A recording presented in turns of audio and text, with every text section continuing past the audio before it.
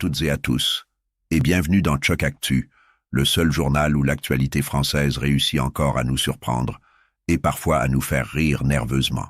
Direction la Bretagne.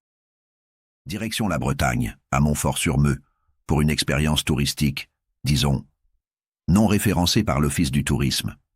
Une femme de 29 ans et ses 2 enfants expliquent avoir été enlevés, transportés de force, puis ligotés à un arbre en pleine forêt.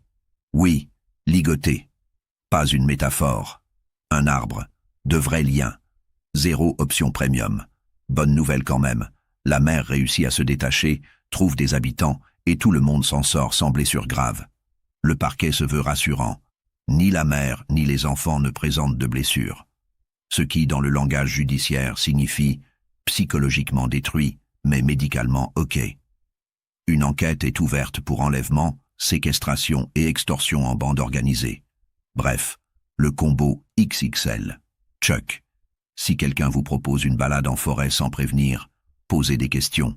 Après ce séjour forestier non consenti, direction maintenant la Seine-Saint-Denis, où certains ont confondu un entrepôt avec un libre-service géant.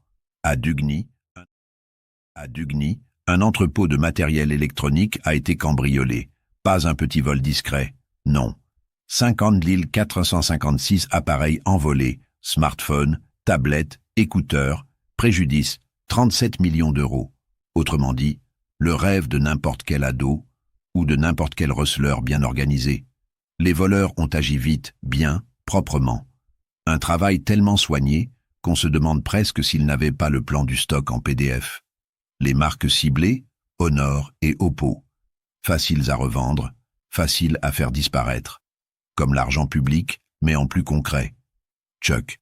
Si vous voyez un type vendre 300 smartphones, neufs mais sans facture, sur le Bon Coin, c'est peut-être pas une promo.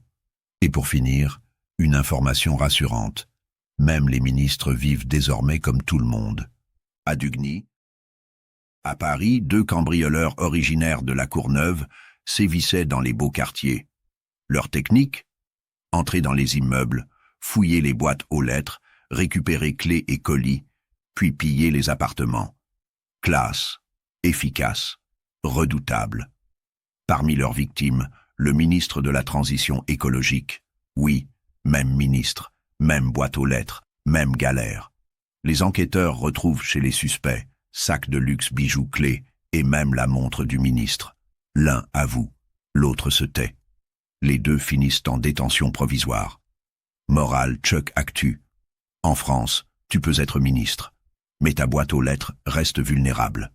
3 faits divers. 3 villes, 1 pays. Mais rassurez-vous, tout est sous contrôle judiciaire. C'était Chuck Actu, le journal qui rigole, parce que sinon, il faudrait pleurer. À très vite.